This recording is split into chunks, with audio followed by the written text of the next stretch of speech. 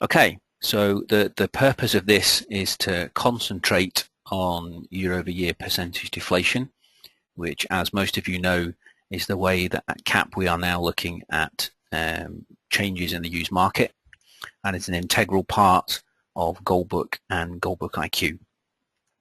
Many of you will have seen the next slide before. Difference really between what we're doing today and what's historically been done, not just by CAP but by all our competitors as well, is historically things have been based on nice, simple, smooth depreciation curves. A bit like the red line which you see on the graph on the left. As the vehicle ages, our constant miles per annum, then we get a gradual reduction in value. In real life, however, that's not really what happens. It's much more like a version of the jagged blue line. Lots of things changing all the way through the life of the vehicle. It almost never matches a nice smooth curve. But the reason why people have always generated forecasts and residual values on the basis of these is because they are actually very easy to program and replicate within a database system. Unfortunately, they don't really represent reality. As many of you know, I come from a leasing background. I was with GE for 20 years, and the majority of that time I was setting RVs for UK and other markets, and we always looked at year-over-year percentage deflation, the actual change in the used car price in the used car market. And the difference between that and depreciation is here we're always looking at the same age and mileage. So if that was a 3660 year-over-year percentage, we would always be looking at a 3-year 60 value. What is it worth today? What was it worth 12 months previously? And when you do that, it gives you a much better feel of what's really happening in the market. You can see quite clearly from the graph on the right what happened in 2008 when prices very rapidly spiraled down, and then equally you can see the very strong recovery which we saw in 2009.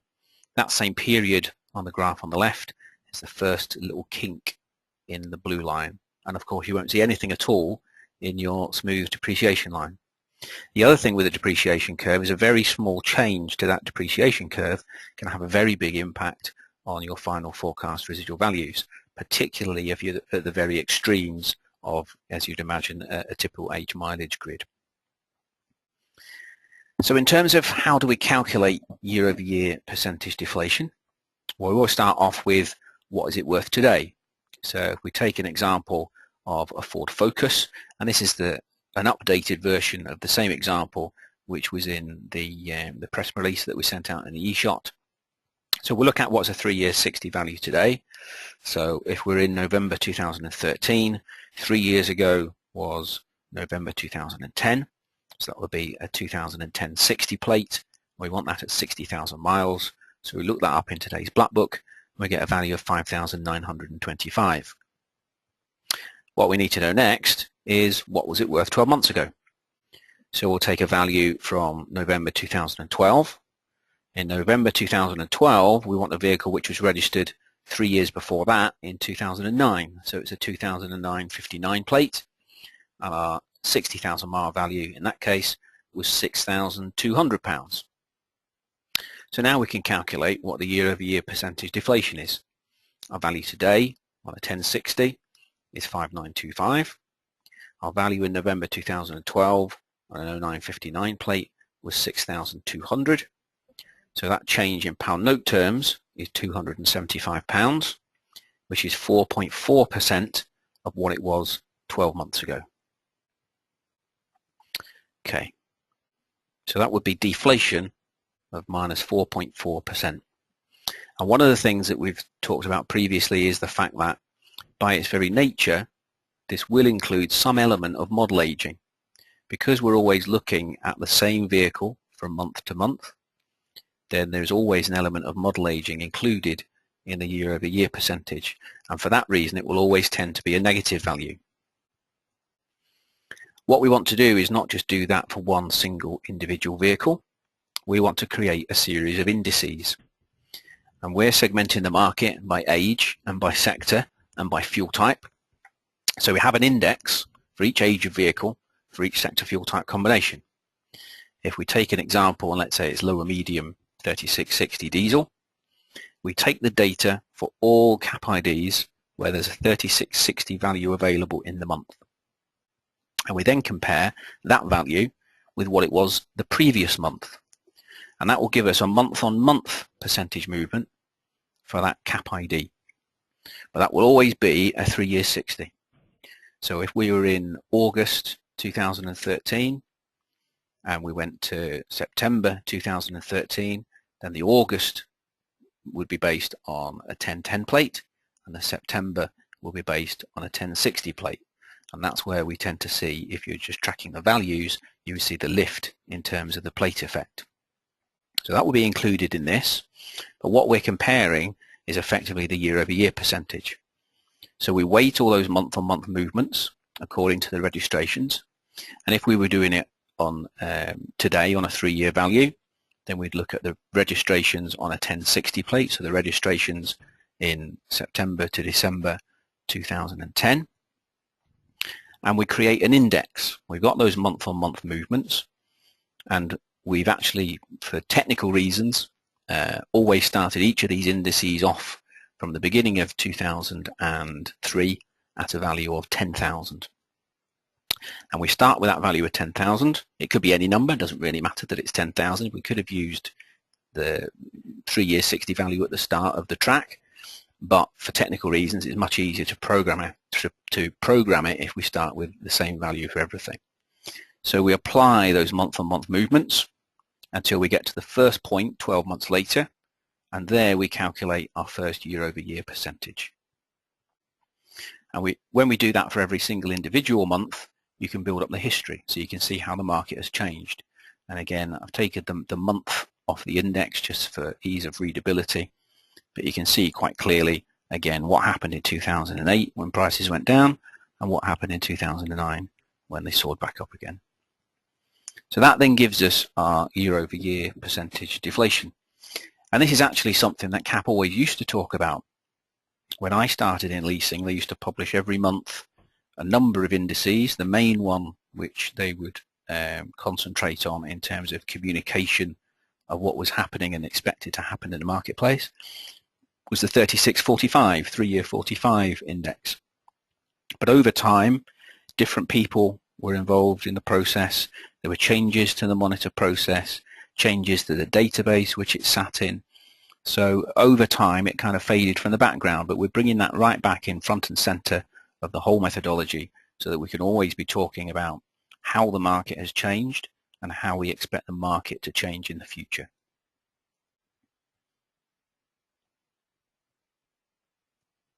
Oh, my screen seems to have frozen.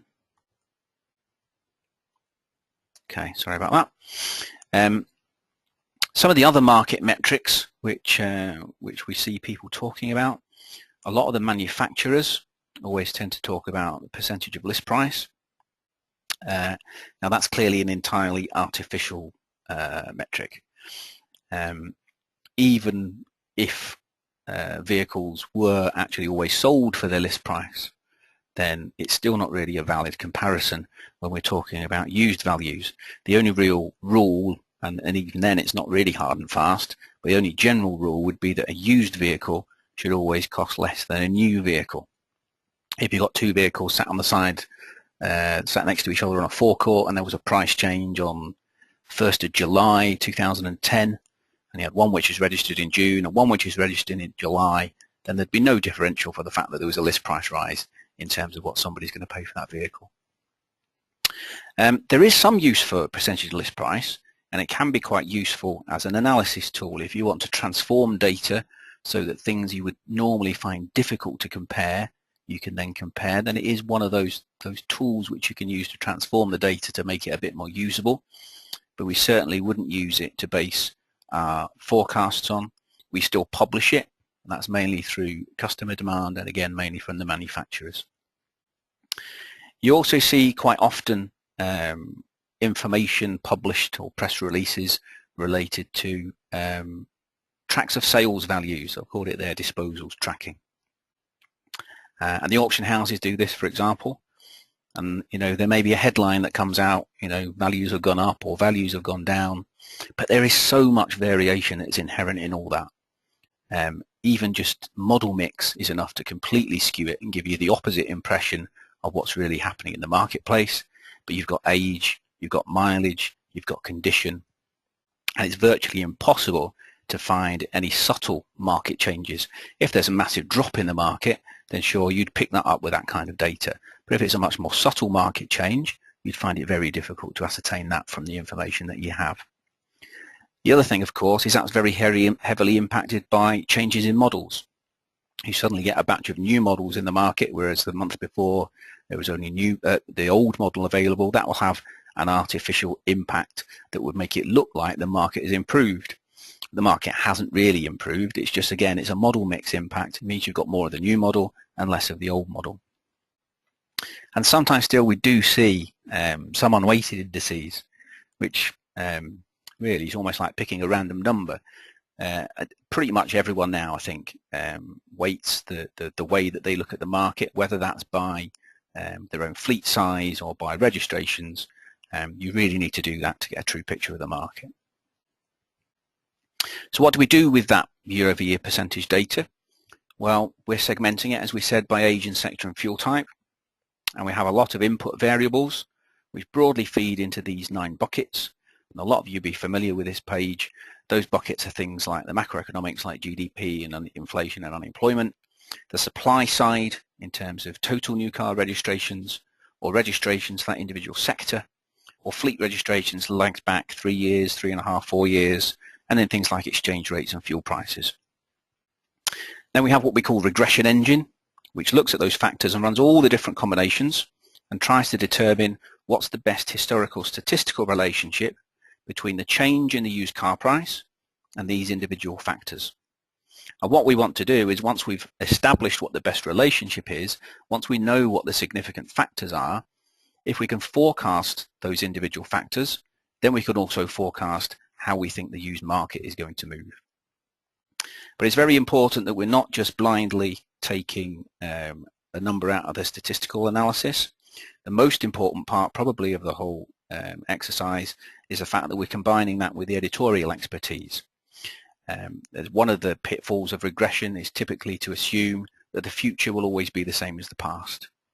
Now, we're taking at least a 10-year history when we're doing our analysis, and broadly we would expect things to be the same in the future as they were in the past, but there may be individual cases where we determine that that may not be the case, and in which case we would override that statistical result and put in something which is much more looks much more sensible and much more in line with our expectations.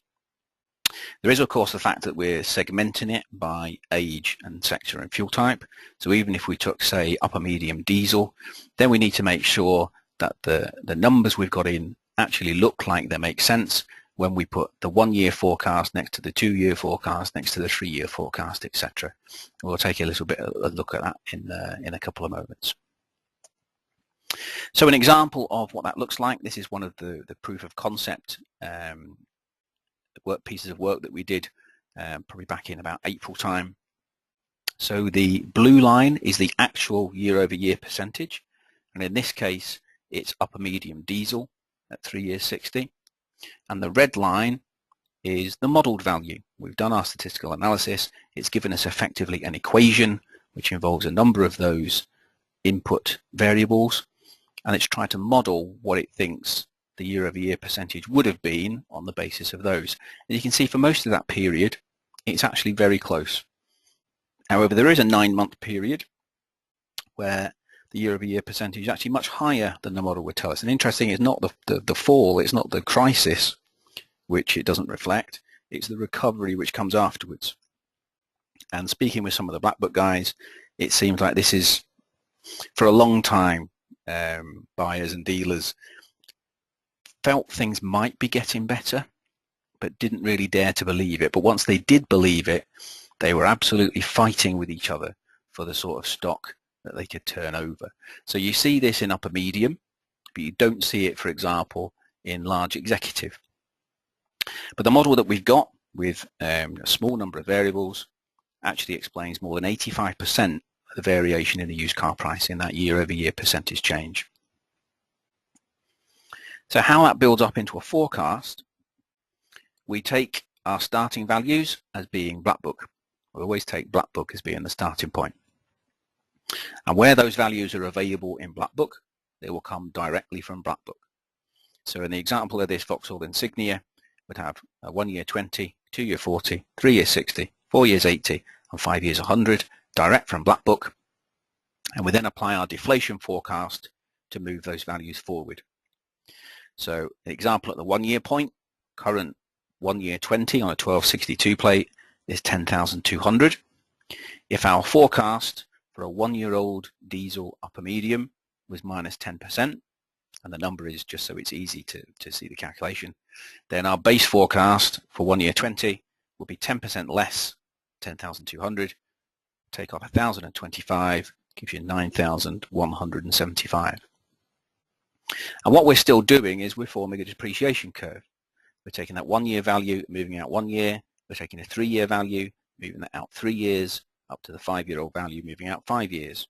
So we're still forming a depreciation curve, except it'll look much more like the jagged blue line that we saw rather than the smooth red line. Where those values aren't immediately available in Black Book, then we create them. And we use a system of donor vehicles, we call them, and normally that would be a preceding model. In some cases where there isn't a preceding model, then we need to make a judgment to say this is what we think the most representative representative vehicle would be to use. Now that's not the end of the story. We have some additional overlays. Excuse me a moment before I choke to death. Some additional overlays, the main one being model life. So I said before that there is an element of model aging in the year-over-year percentage deflation metric. But that's an average for the sector and fuel type at that age. And what we expect is that some vehicles will do better than that average and some vehicles will do worse than that average. So we have some analysis by sector and fuel type, which looks at the age of the model and it determines if it's new, it gets an increased percentage. If it's an older model and it's about to be replaced or it's already been replaced, then it gets a negative percentage. And then finally, we still have expert opinion. We have our editorial overlay. We look at all the numbers and say, do they make sense? And that's, do they make sense in terms of the final output, but also do they make sense in terms of what we're saying about the year-over-year percentage deflation and how the market is expected to move. So we'll look at the position of the petrol against the diesel, but we'll also look, for example, at the 1 year positions to make sure we're not implying inflation in one of those if we don't think that's likely to happen. Once we've got our depreciation curve, then we apply the mileage curves to fill vertically in that grid and seasonality to give us both the intermediate months, 13 to 23, 25 to 35, etc., and also to move the forecast forward. So from November into December into January, etc.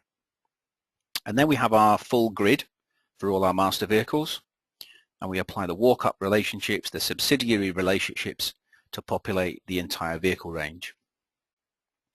What we're doing at the same time, as most of you know, is also bringing out an enhanced product, transparency product, Goldbook IQ, which gives full transparency of those assumptions and shares the market intelligence and includes commentary to accompany all the changes and all the new additions which go onto the book.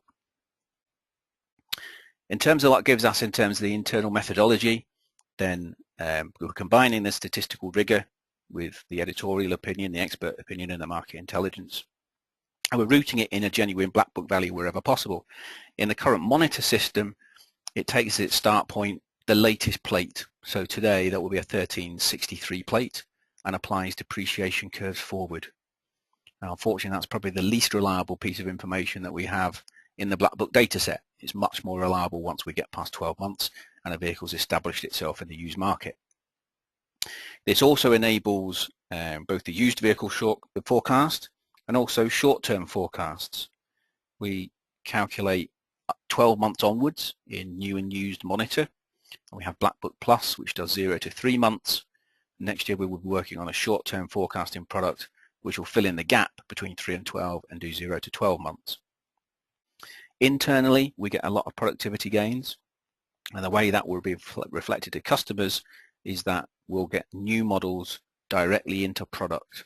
Any new model or addition will go directly into product without waiting for the monthly deadline process from January onwards. And hopefully this all adds to our position as being an independent benchmark with clarity on the methodology and the rationale behind the numbers. And one of the things we're unable to do today, which we'll be able to do in the future, is break down any differences between the black book values and our previous forecasts, what we tend to call our outturn reporting, how accurate our historical forecasts were. Today I can't break that down at all, but in the future situation we'd be able to say, right, well the difference is 6%, it's 3% of the market in this direction, it's 2% in the other direction for the new model premium, etc., right down into very fine detail. And it creates the hub for the future product development. Work very closely with Peter Knight, who's actually sat next to me as we speak, and we've designed the two systems side by side, the internal system and the external customer system, Goldbook iQ. So it really is a window into our forecasting. So you'll see, for example, those starting black book values. The ones at the bottom of the page which are underlined, this is just a wireframe mock-up. We're not in a position quite yet to show you the full customer system, but we will be very soon. The blue underlined values are the ones which have come directly from black book, and the black values are the ones which have been calculated. So we know, for example, what our 2-year-old value is on our donor vehicle, 11,000. We know that our actual vehicle at 1 year 20 is 14,250 as opposed to 13,450 for the donor. So we increase that 11,000 by the proportional difference that we see between the two at 1 year to give us a calculated value of 11,650. That's what we think the value would be at 2 years old if that vehicle was 2-year-old in the market today. We also show you the deflation profile. So if you think of that in terms of our depreciation curve, and those points get assigned the 4%, 7.3%, 15.3%, 19.6%, and 23.6%. These numbers don't add up. If you added those numbers up, they don't quite come to 23.6, and that's because this is a multiplicative process. So it's taking off 4.1% in year 1, taking off another 4.5% of that, and then taking off a further 7%, etc. So there's a mathematical difference between the two. But these give you a pretty good idea of how the values will be changing. And as I said before, we'll tend to see these being negative. The typical sort of benchmark rule of thumb that we've always worked with is a model aging of something like 5% per year. So if you see something that's around 3 years 60, year-over-year percentage deflation 15%, that's something we'd expect to see around normal model aging. You also see what factors were significant in the regression analysis. You don't see the details of the actual regression analysis behind it for obvious reasons, but you will see what the assumptions are.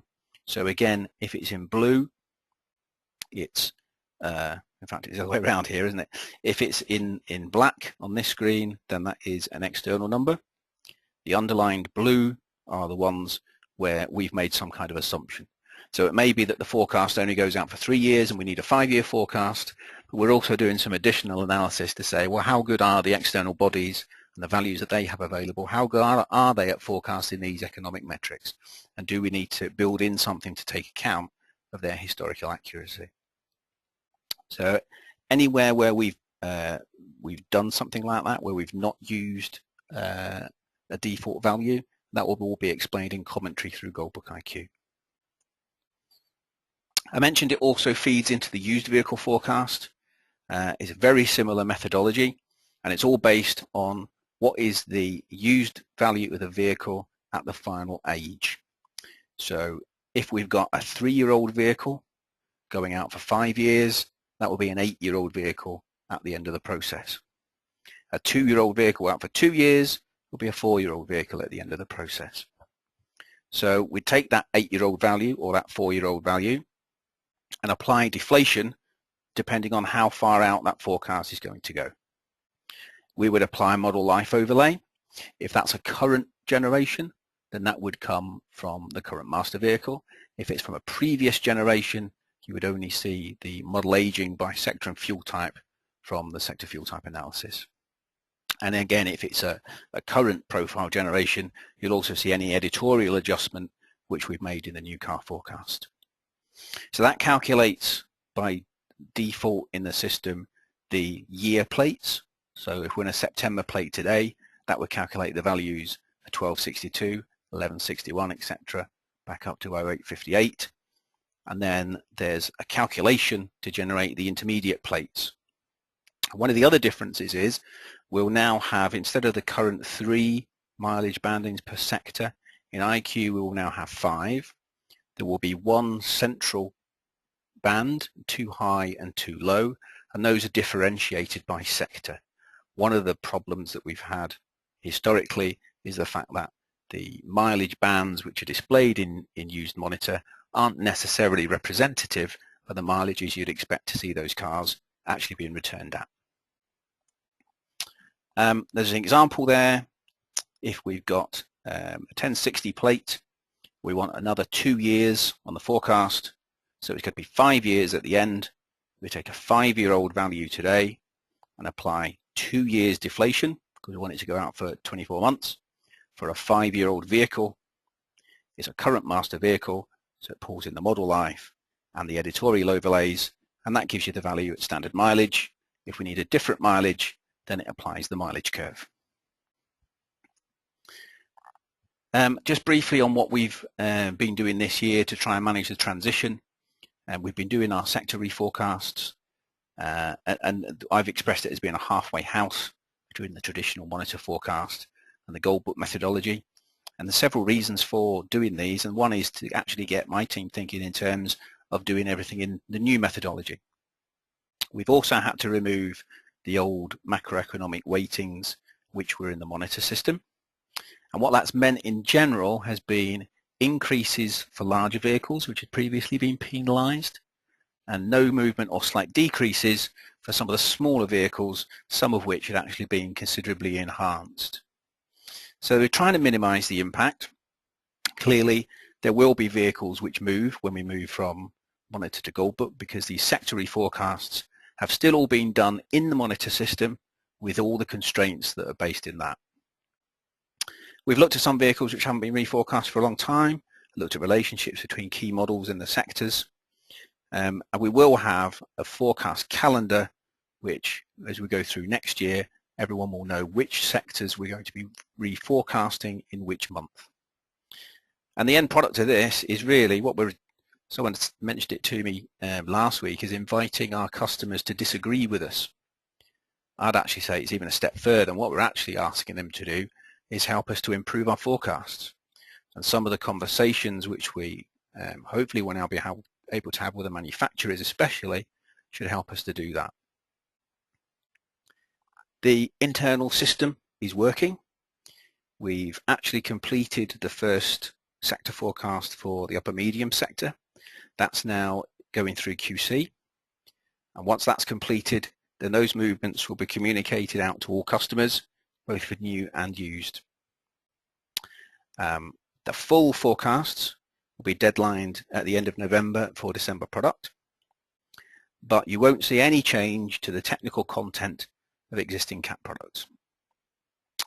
Some people will be involved in IQ user acceptance testing this month, and then IQ will be released in the first week of December, with new vehicles then going directly into product from January. And that is everything which I had prepared. I don't see any questions which have come through on the chat. Does anybody have any questions? Dylan, it's John from Investec. You talked a bit about weighting there on the month-on-month and year-on-year percentage changes. How are you applying the weighting? What weighting methodology are you using? Okay, it's kind of difficult without showing you all the bones of it. If I just trim back to the page. Where were we? Okay, so this is here where we're talking about weighting of the month-on-month percentage movement. So for each ID, we have the registrations which we saw for that plate. Okay, so Yeah. September, if we were looking at 3-year-old value, and today we're looking at a 1060 plate, then we would weight that according to the registrations for that ID between September and December 2010. Right, okay. It's the month-on-month movement which we're weighting rather than the individual black book values. Okay. It's the weighting is by ID. See, it's at that granular level. Does that answer the question? Yeah. Makes sense, yeah. Thank you.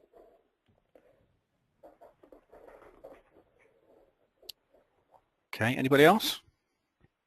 Yeah, hi Dylan, it's Richard Bolton here from FJ Capital. Just a quick question. In regards to the the new values in Golden Book in December, are there any sectors in particular that are likely to see more of a change than others that have sort of been brought to your attention at all? It really is very difficult to say until we go through and do the detail. We've got the trade values all loaded into the system, but we're going through and as we do it sector by sector, we're applying amounts for fuel efficiency, for example. Right. We've got additional adjustments which we're making in model life in some cases, or as editorial adjustments either across the grid or at the 1 year point.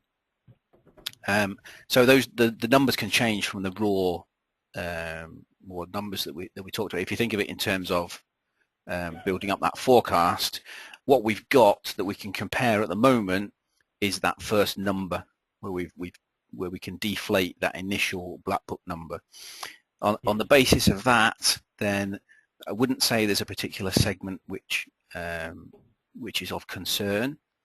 My initial expectation was that some of the ones we hadn't done a major reforecast of would be the ones which would change the most. But that doesn't necessarily seem to be the case. Some of the ones which we haven't done a reforecast of in detail don't really seem to be changing by that much. Okay. But I say it is very difficult for me to give you a full answer until we've gone through it and done the stuff. I mean, we have said as we go through and do every sector and it goes through QC, then we're going to communicate that to everybody as soon as we can, because we appreciate people have things they have to manage within the business in terms of RV setting policies and systems, etc. So we're doing everything we can. The expectation is still overall for small increases. It's difficult for me really to say more than that. Okay, great. Thanks very much. Any more for any more? Dylan, it's John again.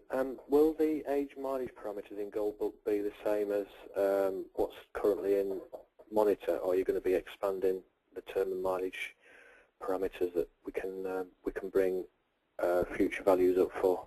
So at the moment, for example, at 60 months, the lowest mileage parameter it'll quote a number on is 40,000.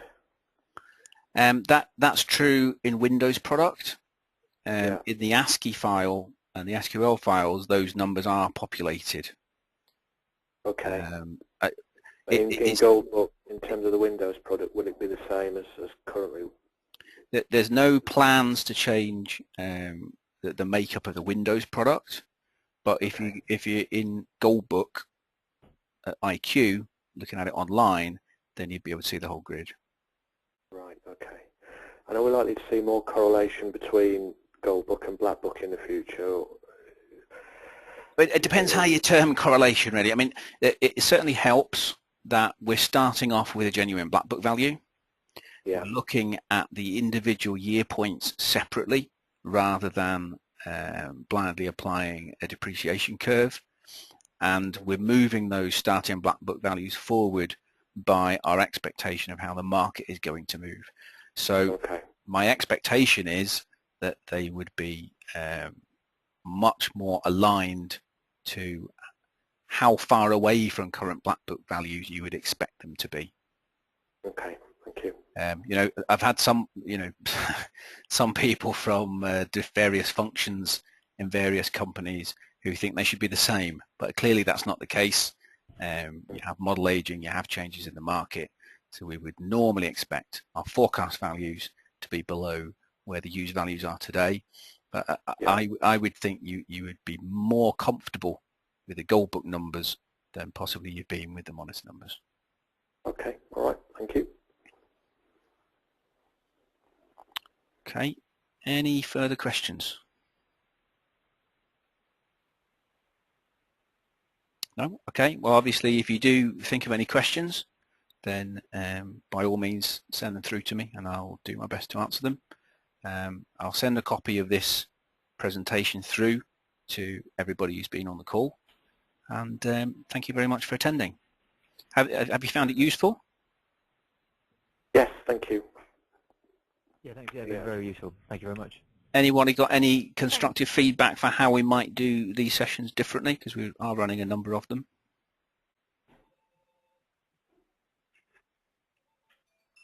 No? Good. Well, must have gone okay then. Yeah. Thanks very much, guys. I'll speak to you all again soon. Thanks. Thank you. Cheers. Bye. Bye.